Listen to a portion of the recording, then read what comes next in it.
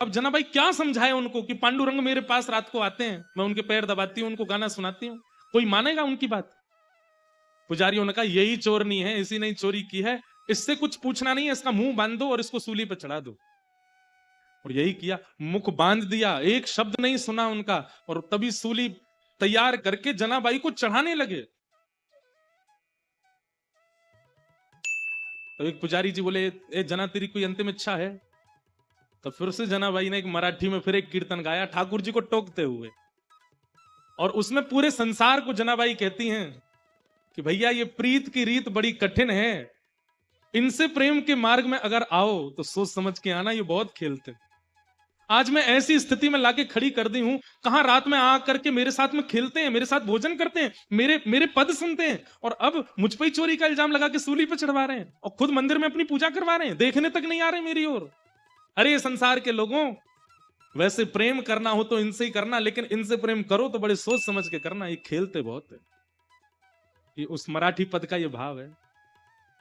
और जनाबाई सब पुजारियों के आगे बोली, मैं सफाई नहीं देना चाहती, मैं क्या बताऊं आपको कि मेरे साथ क्या हुआ, मैं बस उन स्मृतियों को हृदय में धारण कर लेती हूं जो पांडुरंग ने मुझे दिए हैं, और उनके साथ में जाना मंजूर समझूंगी। और सूली पर चढ़ा दिया। जैसे ही सूली उनके गले में लटकाई और पीछे से उसको कस करके बस खींचने ही वाले थे, इतने में ही पांडुरंग भगवान क्रोधित हो गए, और जो सूली का जो फंदा था वो तुरंत रस्सी से जल बन गया, पानी बन गया, और पानी बन करके अदृश्य हो गया।